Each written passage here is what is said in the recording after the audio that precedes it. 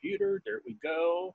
Yeah, you're recording. Yeah, so there you go. So we're going to record this. So welcome Gary and Noah from Hunt's Photo and Video.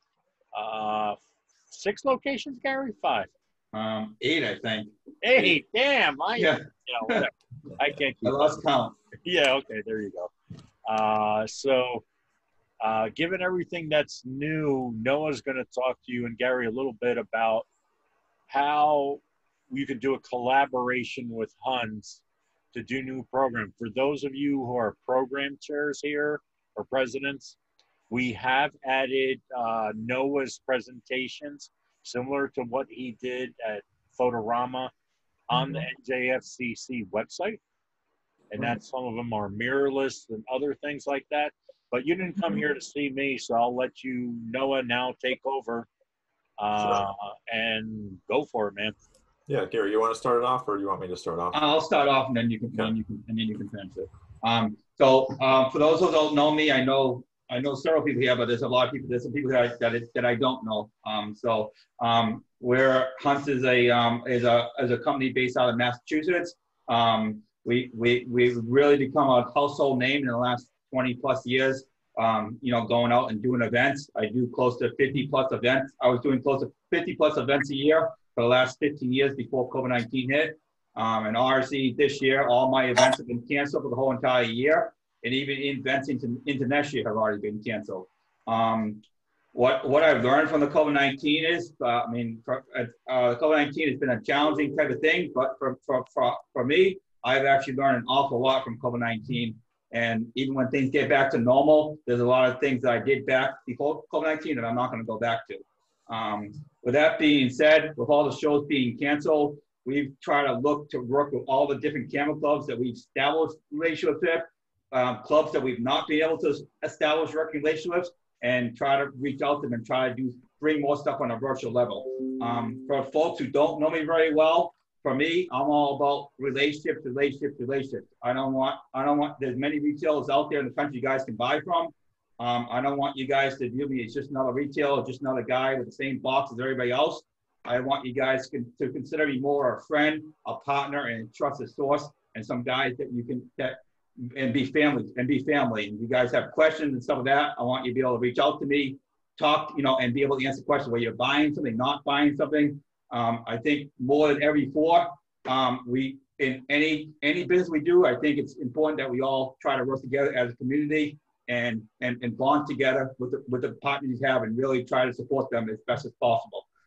With that being said, it's more about the relationships and stuff like that, meaning that if you guys have any questions, need anything, I'm available 24/7. If I'm up at 2 a.m. in the morning and you email me 2 a.m. in the morning, I'll answer you.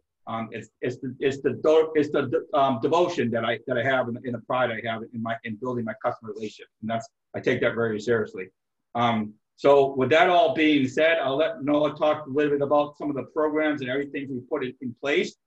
We would love to build a working relationship with all the clubs in the New Jersey Federation and be there for you guys and be a resource for you guys, throughout the year. One thing on a virtual level, what I've learned is I've learned now on a virtual level, I can be involved with Camera Club 5, 6, 7 times a year, rather than just me coming down to New Jersey, driving down 4 or 5 hours, selling $600 or even $2,000, and then going home, and then I may never see you guys ever again, and you may call me, you may not call me, but on a Zoom, I'm able to talk to people, build that relationship, they get to know me more as a person, as an individual. So I just think in that type of way, there's a lot of good things about virtual that opens up the door for a lot of other things. So I want to be your resource and be your education on and stuff like that. So I'll let Noah talk a little bit more about some of the things we do. Before he gets started, I want you to let you guys know is that all the programs that we bring to you guys, or ability we bring to you guys, they're there to be educational resource. They're not out to be sell, hard pitch, like buy. Ultimately, we want you guys to buy stuff, but ultimately the goal is to be educational, inspiring. And if you guys are looking to buy something, we want to, you have the opportunity to buy stuff, but at the end of the day, we want you guys, if you don't, not ready to buy something right now, we want you, when you're ready to buy something, we hope you come to Hunt. So all the programs are designed to be educational, inspiring, not hard sell. Just want to make that very clear before Noah gets into stuff. So, so with that being said, I'll let Noah talk, and then if you guys have any questions, feel free to ask us afterwards. Yeah, so as Gary mentioned, we've been really doing everything now virtually. I was just at my first in-person event in the past 6 months last week. So I haven't done any in-person events. We haven't done any in-person events for over 6 months now. We've been doing everything, all of our interactions with camera clubs, different trade shows and organizations, all over Zoom. Which has been really great because it's allowed us, as Gary mentioned, to stay in touch with everybody on a more regular basis.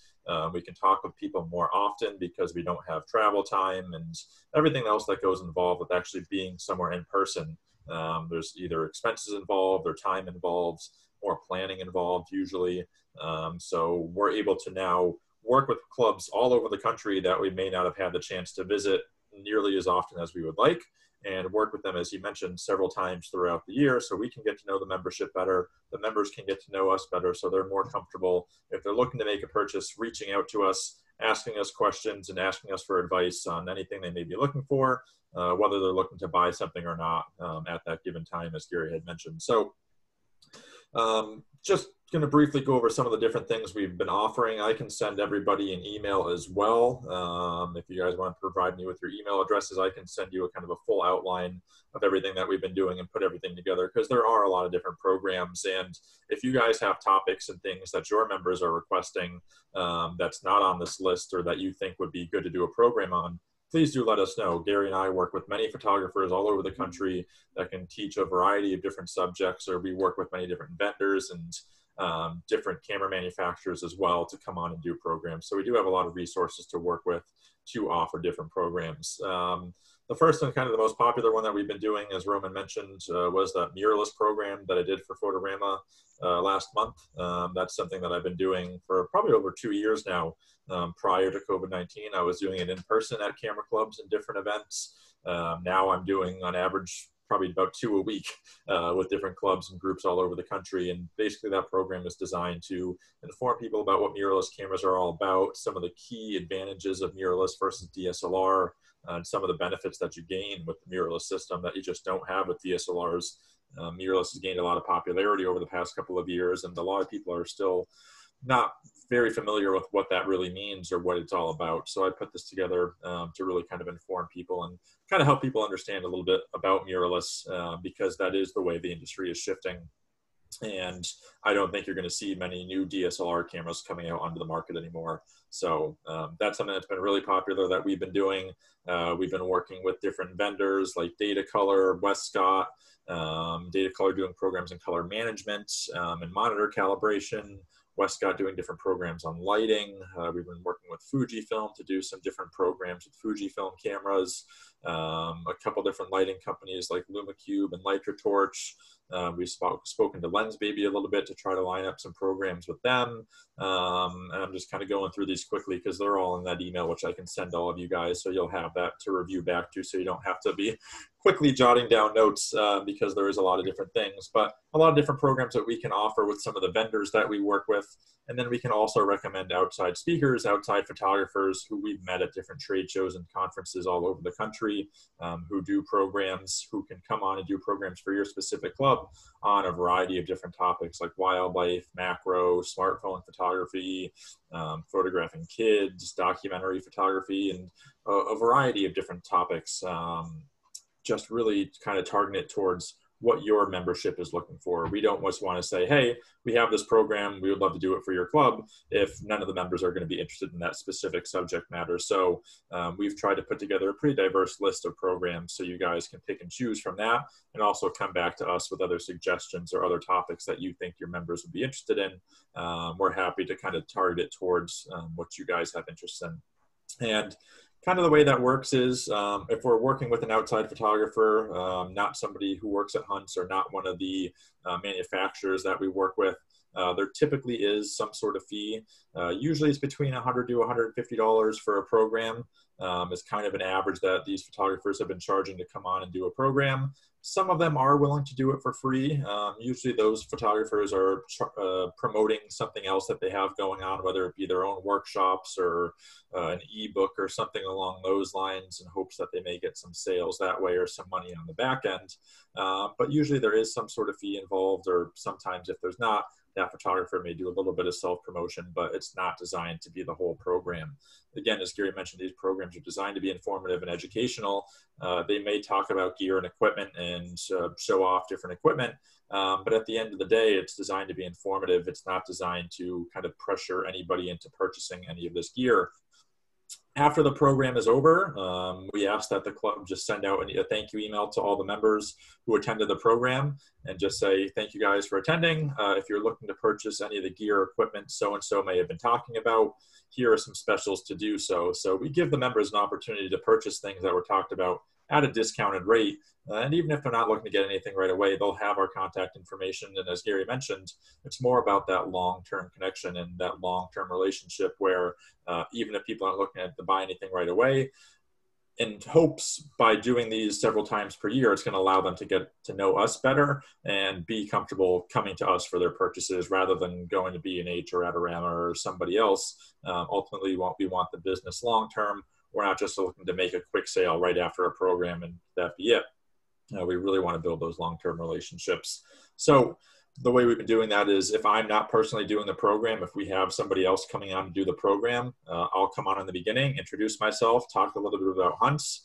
So the members get to know me, they get to know hunts a little bit more. If I'm not available, Gary can come on and do the introduction just as well, and allow the members to get to know us a little bit better, get to know a little bit of a background about hunts and who we are.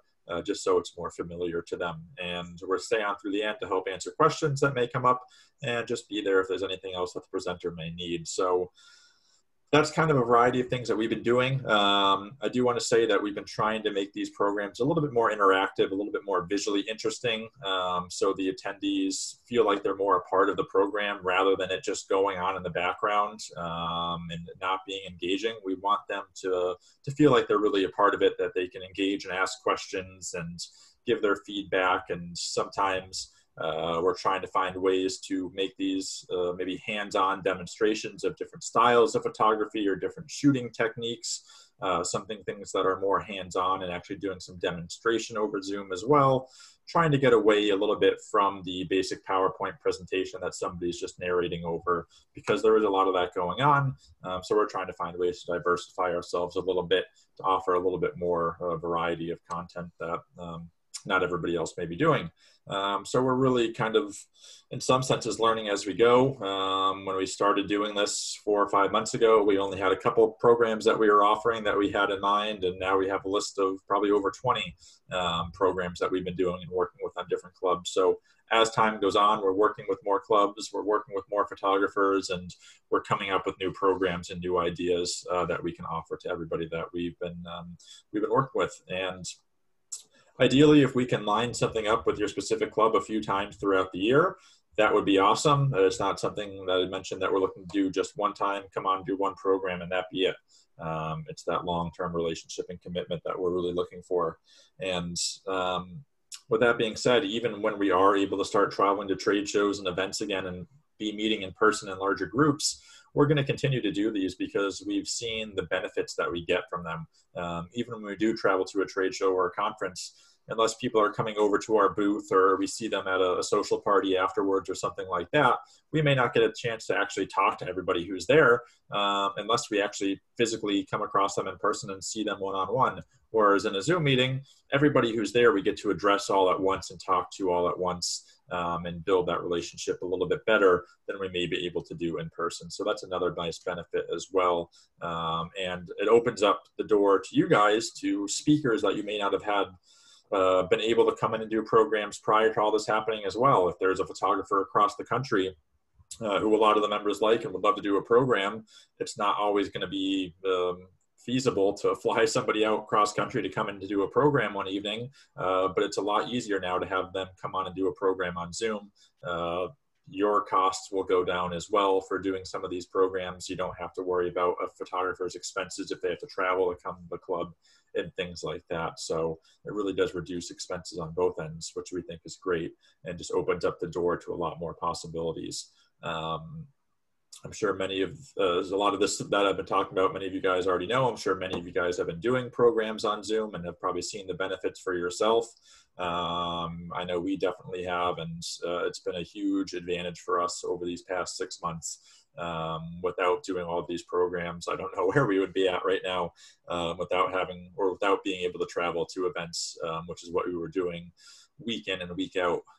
As Gary mentioned, we do anywhere from 40 to 50 events per year, at different capacities, but a lot of traveling, and this has been really helpful for us to stay in touch with all of our customers and grow new customers. But that's kind of what we've been doing. Gary, is there anything else you want me to add before I open it up to questions or anything like that? I'm going to have you add a couple things, and I'm just going to address a couple things real quick. Sure. But why don't you just talk a little bit about the programs that we do that's not involve a speaker, and what and so to let know about the cost of that and that type of thing, and what kind of we look for, and if we're going to do those things for, if we're getting a manufacturer involved, with the what the thing is as far as attendance wise a little bit, and cover that part. Yeah. So there are programs that we would do, like the mirrorless program, and if we're working with some of the other vendors, like Datacolor, like Westcott, some of these other manufacturers, there's usually there's no fees involved with those ones. Those are programs we're happy to provide to you guys at no cost. If we are getting somebody else involved, whether it be a manufacturer or a photographer to come on, ideally, we'd like to get 30 to 40, if not more, attendees on a program. We've done some programs where only 10 people show up, and there's a photographer who's taking time out of their day to only come and speak to 10 people, and we don't really think that's fair to them if we're having somebody else come on to do the program and taking their time out of their day. So ideally, if we can get 30 to 40 or more people, more is always better, to come on to some of those programs with other vendors or other manufacturers, or with outside presenters. Ideally, that's what we would be looking for. If it's less than that, we can find other programs that we can do with our own resources, either myself doing a program or somebody within Hunts to come on and do a program if it's less people, or you guys can invite other clubs as well. So if your club doesn't have the membership to bring on 30 or 40 people, you can invite some other clubs in the federation saying, hey, we're doing a program with this photographer, but we only have 15 people signed up. We're going to invite these 2 other clubs to come on and boost up the attendance. And you can also do that to help cover any sponsorship or any speakers fees as well. If you want to get a few clubs involved, if the speaker's asking for $150, you can get 3 clubs involved. Each club will pay $50 to kind of help divvy up that cost, but also get more attendance. So that's another way to go about doing it as well. If some of the clubs want to work together on some of the programs to just get a larger audience and also split up the cost, so it's less expensive for one individual club. Hey, Gary, Noah, I got a question for you guys, because this kind of follows up on that. Are you okay? Because the Federation has started a meetup group, which is outside the Federation clubs. They don't have to be member of the Federation club. Some of the smaller clubs, and there's at least 4 or 5 people on here that are part of that smaller club. Do you care if they say charge $20 and they get together with another club and get 200 people and they make some money on this event, or you guys really want it to be free? I mean, because some of these clubs are struggling now financially because they're not big, they're, having all these expenses and everything else like that. So do you care if that's the case? Because bottom line is, I think that's the way some of these smaller clubs are going to be able to stay viable and make a little money. We're not talking about millions of dollars, obviously. Sure. Gary, do you want to? I mean, I think that's personally a good idea. I personally don't have a problem with that. Charging that thing. I mean, honestly, if we're doing a mirrorless program and it's free, I don't think someone's going to pay $20. It depends on the program it is. Right. I mean, I don't think someone's going to pay $20 to go to listen to a mirrorless program. I mean, I just don't think they do it. But depending what the content is, and the content is, yes, I think someone there's also a thing. There's also some, as we learned from Hunt's Photo, there's a thing for offering free stuff and charging for stuff. When we honestly, for Hunt's Photo, we've gotten the most complaints from our customers when we offer stuff for free, because they find that the speaker's not that good, or they're not really providing that good contact information. Or we also find that the attendees are just they just need something to take up time to do, and they're not serious. I'm not saying they're not serious, but it's a different type. When you're paying for a customer and someone's willing to pay $20 to go to the thing, they have a little more interest, a little more serious type thing. And on our end, they're going to pay $20 thing. They may buy a tripod or buy a thing, but if it's free, so there's just a different type of audience. So it's not always good to offer free stuff and do stuff. There's a point where you could charge something and make a little money and get a better quality people. So right. So it's a balancing act. Right. I see. Well, by the way, Gary, I was going to say, nice haircut. Now you just got to grow that beard back again. I see Charlotte's on there and David's on there. And Ellen, didn't you guys get together and do a program where the speaker was a little more money and you guys got the 3 clubs together? A, that gives more attendance, and B, it offsets the cost for the speaker because 3 clubs are splitting it. But now, for those of you who have missed my other programs, by doing it and posting it on Meetup, let's say you charge $20 and the speaker wants 125 or 150 bucks for his presentation. Well, guess what? If you charge $20, you get 10 people, you got 200 bucks. So you made 50 bucks for the club. So this is why we want to tie in social media, get bigger groups for hunts, because you guys want more bodies too as well if you're going to recommend the speaker. And I think this benefits everybody, you know, all across the board. So this is the point where the club can fill up some with the free speakers, like Gary said. You know, sometimes people are like, you know, I don't want to do it because it's free. That's fine for the club, because the club members don't have to shell out a little more money. But if it's a speaker who's a little bit more well-known, listen, $20 is pretty much, you can't go to the movies. We've actually, since COVID-19, we started having some hunts guest lectures. We invited some photographers to do guest lecture things and, you know, speakers, and we charged the attendees $20 per thing. And we had some programs where we had over 450 people, 500 people attend our things, and for $20, and they didn't cancel. They because they made something. It was a commitment. It was commitment in their thing. When you do something free and you bring a big thing in, you may get 500 people sign up. It's free, but take that number and deduct it by 50%, because half those people are not going to show up because there's no commitment for them to do it. So that's just something that I think a $20 fee. If you're bringing a big name speaker, I think the members should be willing to pay $20 to listen to Adam Jones or George Leff, or, you know, on some of that. If they don't willing to pay that, then they're really not serious. So that's just want to make that clear. Majority of the speakers, I think $100 for, in most cases, $100 is, I think, is a very fair offer to ask the speaker to pay. And I think, you know, the club should be willing to pay that. So you know, if the talk's going to take the time to do it, I think that's a very fair offer. I'd probably say there's only a few exceptions where some Capella thing where it's more than 150, but that's 95% of the time, I would not pay more than $200 per speaker. There's a few exceptions, but most of the time that's the average fee. I would consider like someone like an Adam Jones. I think getting someone like an Adam Jones, I think he'd be worth more than that because of the caliber of what he has. And I did talk to Adam Jones, about doing more stuff on a virtual level. He just said for him, it's not worth it to him to do it for $100, $50, where he is as his level. But he did agree to do programs with camera clubs for $300. So if you wanted someone like an Adam Jones, the $300 is a pretty bargain to have someone like him come in. Do you agree, Roman? You're on audio. You're on mute.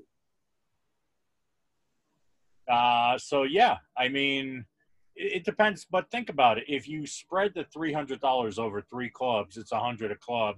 And if you charge the $20 for Adam Jones and open it up, now you'll probably cover your costs and then some, you know, and make a little money for the clubs. So I got Greg from Ridgewood Camera Club. Noah's going to send me the email contact information with the list of programs after this is. I will put it in the Federation meeting for October 1st. And maybe what I'll do even is I'll respond to all you guys and send it out before that so that you can start planning. Because like they said, they don't want just one program. You could even plan out into 2021, right, guys? Yeah. You know, so, you know, Some of the other programs that maybe didn't know they mentioned, I think would be eye catching. We also talked to Wacom about doing something on Wacom tablets. We have somebody that's eager to do stuff on print competition and judging. He can do that. We have somebody, if you guys are interested in sports photography, we can do something on. We have 2 or 3 different sports photographers we can do something with. So there's so many different topics, and again, it's something that your topic that you guys have been diving to get. Send us an email, and if we don't have a topic, we can try and find that topic for you. So that's the Wacom one would be really good. Which one? The Wacom. Wacom one. Whatever you call it. Wacom, yes. Yeah, they're willing to do it. We just talked to them, and that's on our list. So we can definitely do that for you. I just put my email down in the chat too for everybody. So if you guys are, again, more interested in some of these programs, take my email down, send me an email. I can get you that list of programs that we have so far. That's going to continue to grow as time goes on. It's going to break down some of that more detailed information that we spoke about tonight, just so you guys have everything down in front of you and you don't have to try to remember everything or rush to take down notes. So I put my email down in the chat. Please to reach out to me if you guys are interested in looking at lining up programs. As Roman mentioned, probably planning for 2021. That's more likely the case right now because we're pretty much booked through the end of the year with programs already. So we're already looking at booking programs for 2021, the first and second quarter of next year. So we're more than happy to start looking into next year for you guys to get some programs lined up. The earlier the better. It gets everything locked in. We can secure a speaker, secure a date and time, and just get everything planned as soon as you guys want for next year. And we'd be more than happy to work with you guys in any capacity. And anything else that you guys need from us or anything else that you have questions on, you can reach out to me anytime. And we're more than happy to do whatever we can to support you guys. We even have a class on. We even cut off our class on Zoom and how to learn about Zoom. We even have a guy that can do that. So that's another thing. But we actually just pulled off our first virtual photography conference a couple weeks ago, and we didn't know how it was going to go, but we were actually blown away by how well we did. We did not expect to do as well as we did. We've done that event. We've been supporting that event for the last 6 years in person. And we've done 6 events with them in person, and then we did actually more business virtually than we ever done in any in-person event. And another impressive number, I was kind of blown away, but for what me and Noah are responsible for the month of August, for what me and our department, we actually did more business this year in the month of August than we did last year with no trade shows. So that's the opportunity and the stuff that we're doing is totally out there. And who's to say that your camera club who's to say that your camera club, why you can't, if you're doing this virtually, why you can't reach out to other people around the country and do it and offer other people to go out there and join stuff. I mean, there's so many opportunities to do stuff on a virtual level. And so David, I see you on. And you have the meetup group because I get your little notifications from the meetup group. So I highly recommend for the program chairs for all the clubs to do a meetup because this is going to branch you out to other areas. And like Gary said, if you set up a program that you're charging $20 and you put it out there in the web, the person doesn't have to be. I think I was talking to Greg about I had somebody from Australia on one of my Zoom presentations. Doesn't matter where they're from. So we have to stop thinking locally. Yes, you're Ridgewood Camera Club, you're Moore's Photo Club, you're local, but you have to start thinking that maybe you're going to branch out globally to get your dues, to get your people membership, or run an event where you pay for a higher end speaker, and they do that. Now I know, Gary, you have people that'll do models, because I see Staten Island and Gateway here.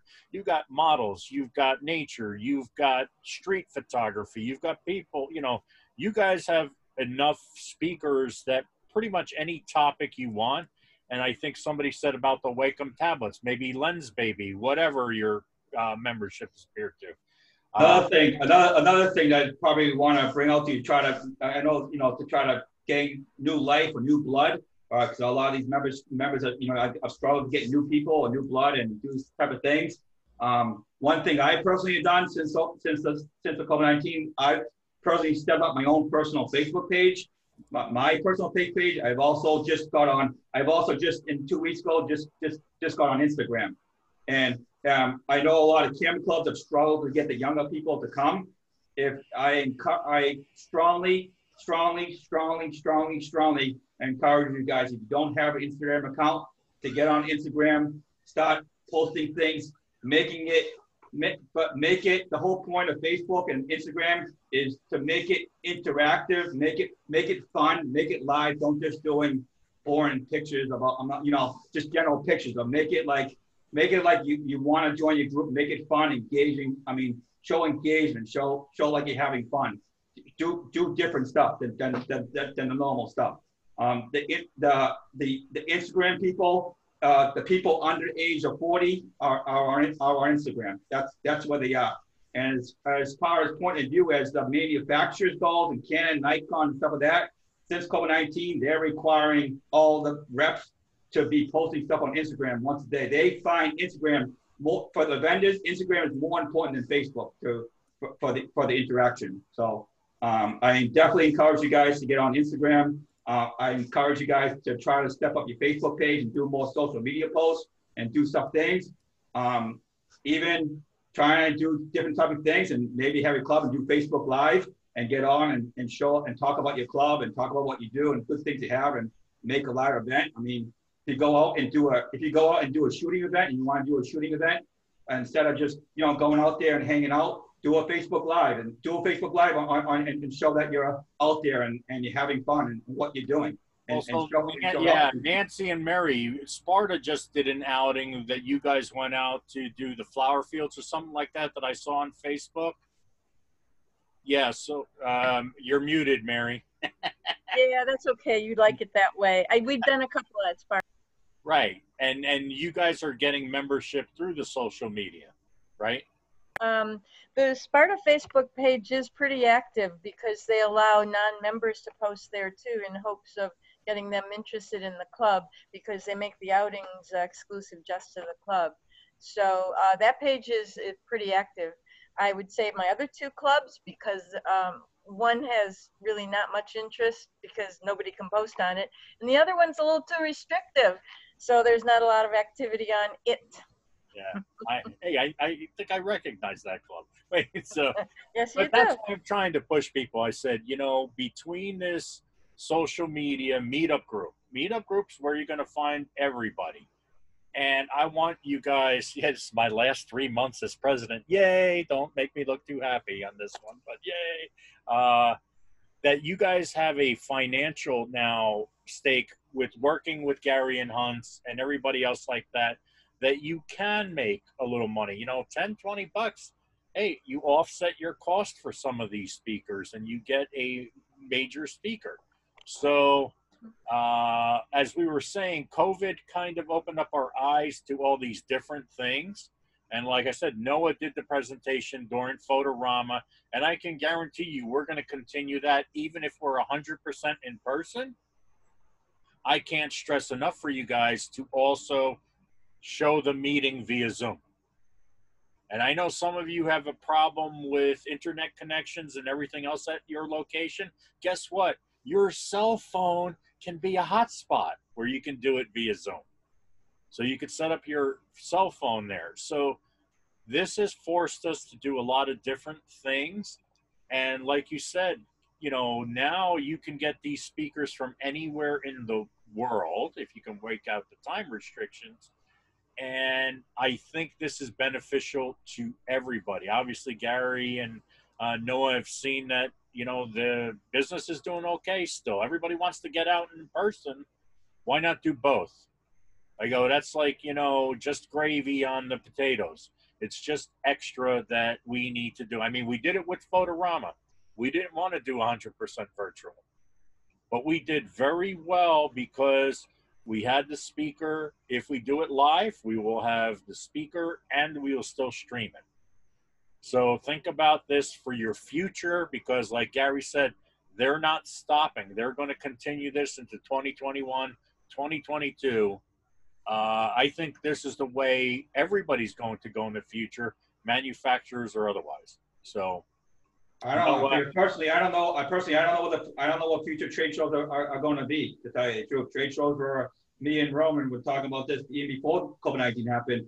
Trade shows were in trouble even before the COVID-19 happened. They were, the last 3-4 years, they were drilling with the same old people coming, year after year. We love seeing the same old people, but it was declining. And they were getting older and older, and there wasn't a lot of young people coming in. The numbers were going down, and that's why a lot of the vendors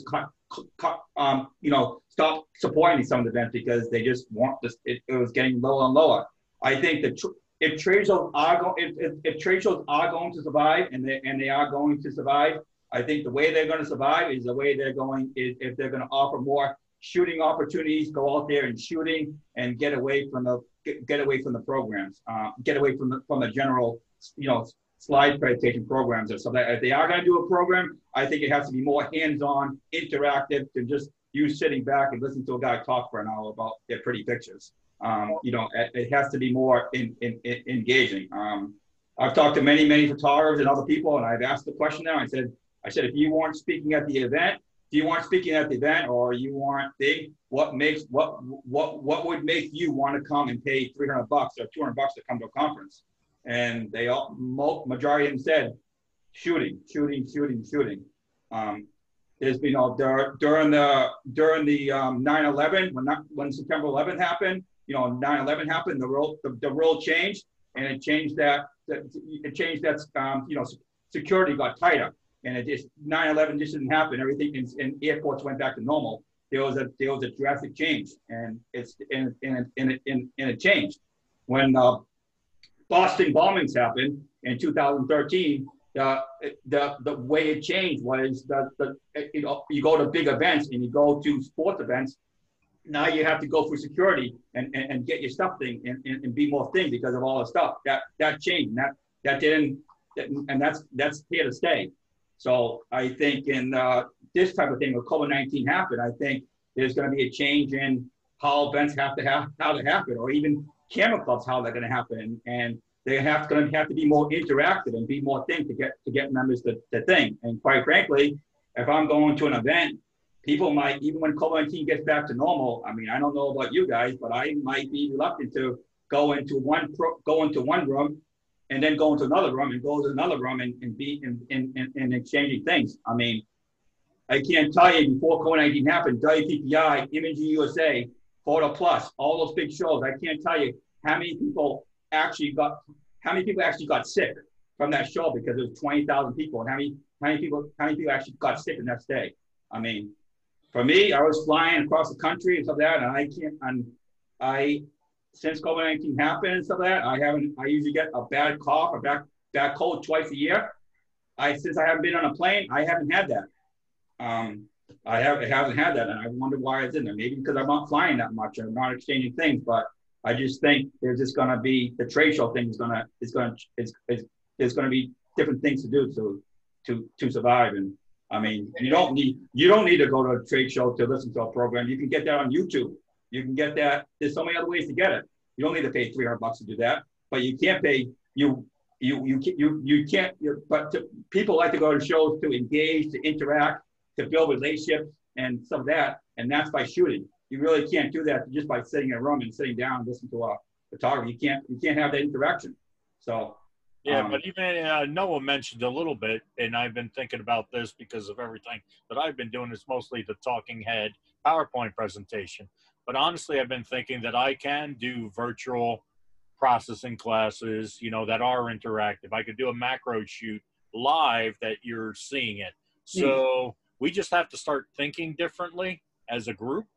But I hope you all saw that, you know, there's a lot more different stuff now that we can do for the camera clubs.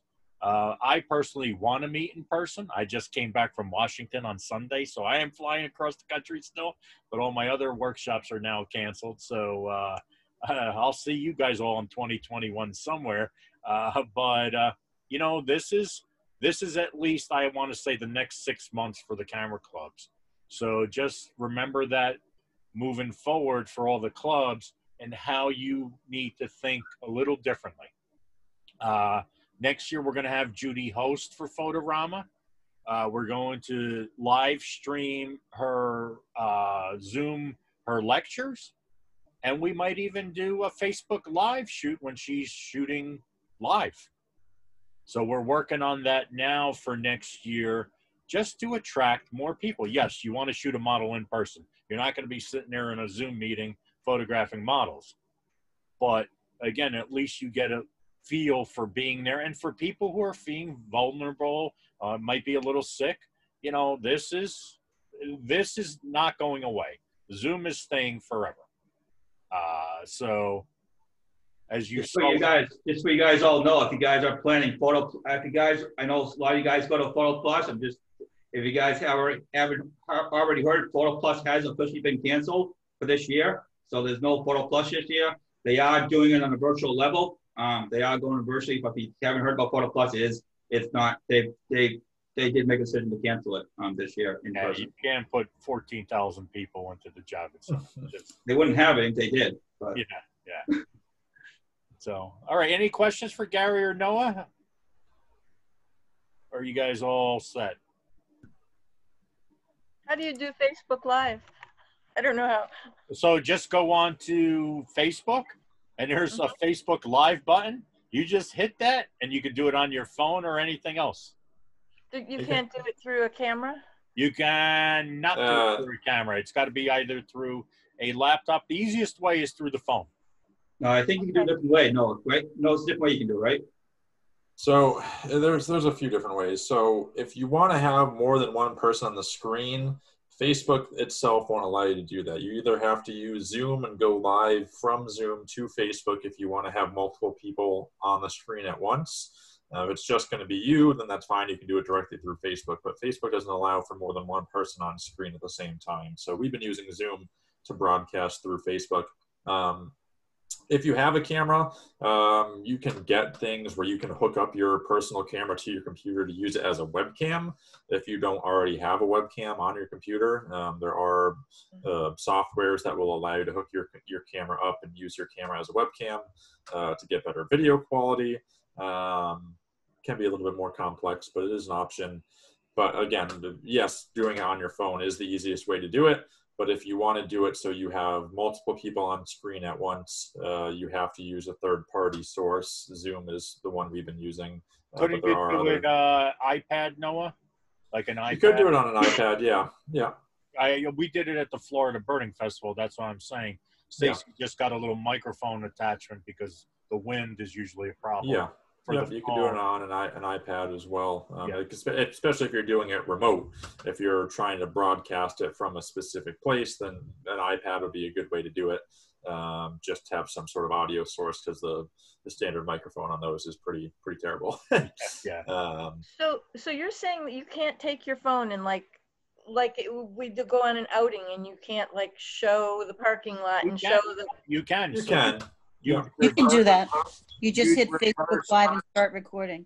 Yeah, but also you can do Facebook Live and reverse the camera so it's pointing at what you're looking at, and you can scan and whatever, and it will also hear your audio. But remember, it's also picking up wind noise, so you have to be pretty close to your phone. So I usually find that on Facebook Live, we did it on Horses on the Beach in Florida, in St. Augustine, where they had a separate microphone so that it was a little clearer, with the little fuzzy thing on it. So it was eliminating some of the noise. But they just used the cell phone with the audio obviously closer to your mouth, because otherwise you're going to get the wind noise and ambient noise. But it is doable. And again, you're not looking at 4K productions. You're just looking to show, hey, here we are on our outing. Here's Facebook Live, and here's what we're doing. And you could record it, put it on Facebook, or you can just do it live. So it is doable. Another channel that I didn't really talk about that I've been trying to explore a little bit more doing, I see more people are doing it, is YouTube, and doing a YouTube channel. And doing Well, we have it. So the Federation has a YouTube channel. So this meeting that I just recorded with all you guys is going to be on YouTube. Ellen, what's the, I'll send it out. It's NJFCC YouTube or whatever, where we have the New Jersey Federation YouTube channel, and we're putting all these meetings on there. So if you forgot what we're talking about, you know, you're going to be able to come back to this and watch it again. What I find on YouTube is though that there's a lot of people doing YouTube stuff out there and doing stuff obviously are doing to make money and stuff like that. But a lot of the stuff is just like buy, you know, sell, and try to hawk product. There's very few YouTube channels out there now that are actually trying to talk about education, inspiring, and making that type of thing. And there's not that you could do that type of way, and I believe you can still do that type of way and still see results and doing it the way that most people are doing it. Right. We're just using it basically so, you know, we have 30-something member clubs, and we knew a bunch of them were having, so everybody asked me to record it. So now this is going to be there, so they don't have to ask me the questions. They can go to the YouTube channel and always relook it. So you can share it with your club and say, okay, we can do this, this, and this. So this is the way we're moving forward. Ellen started the YouTube channel. I started it with the president's meeting this summer where people were able to watch it because they weren't able to attend. So I will send out the YouTube Federation link. But if you say NJFCC YouTube, you'll find us. The clubs can do their own YouTube channel too, right? Yeah. If they want to, and show and try to do things on tips and tricks or just teaser type things. Or here's our outing, right? Here's our outing. This is what we did. So, all right. So, yeah, I know Virginia was one of the people who has the club meeting tonight, so she had to go out. So this is the beauty of Zoom and why we recorded it, because now you didn't miss anything. So if anybody has any more questions for Gary, fire away. Otherwise, we're going to end it all. So let me know. I have a question. Sorry. This is Peggy. So the list of speakers and all that is going to be sent to email, or do we have to send an email to get it? Send Noah an email so that you get his specific programs. But I am also going to send it out. So Noah, send it to me. Yep. And I will send it out on the October 1st meeting to the delegates and the president. Okay. You know, but hey, we know how that works. Not everybody gets it. So if you really want to, just send Noah the email. That's the easiest way, because we don't know whether all the presidents and the delegates are forwarding to the membership. So, you know, that's one of the things that we're working on, trying to get more engagement. Anybody else? Hi, this is Sudhir Mehta from Somerset County Photo Club. So I have a question about federation. Is there a way of seeing the NJFCC competitions for the other clubs? You can look at it. We are going to, so Mary is on here. She's the nature chairperson. We are in the process of trying to record the federation competitions, and we will post it up onto our YouTube page. Can we join it live, or that's not? I don't think that's going to be possible because of the restrictions on the amount of bodies. Right now we have Zoom Pro, which is limited to 100 people, which sounds like a lot. So basically we're going to record it because that's going to make it easier for everybody. And then we'll post it on the website when everything's done on the YouTube channel. Yeah, that will be good. Thank you. On an individual basis, you can probably email the hosting club and have them add you, but just to allow the whole state, like Roman said, that's too many people because most of the people with the Zoom are limited to the 100. So the club members of the hosting club are all invited, and you know, a few people, if you contact that hosting club, you know, they may allow you to, you know, get the link. Right. Is the hosting club going to use our NJFCC Zoom or their own? We're going to let them choose. I don't know. Say again? Because if they use ours, then we have the recording and can post it. Right. And I think that Otherwise, we have to go bothering them to get the recording and transfer it, etc. all right, that's another meeting that I'm going to have with you, Mary, and Bob. All right. Well, yeah, just let me know. I think Camnats is the fall, Livingston is the winter, and Hub is spring. For me, I don't know what Bob's clubs are. So we'll deal with that other, you know, on a separate topic. But yes, we plan on having it at least recorded on our YouTube channel. So if Well, that's it, thank you, Gary and Noah. Welcome. We've got another meeting in November. I will send that out in October. Basically seeing how everybody's doing with all this. You know, thank you guys, and everybody have a good evening and stay safe. Thank All right. you. Thank you. Thanks, everybody. Thanks. Thank you, everyone. All right. Good night. Good night. Thanks, Norman. All right.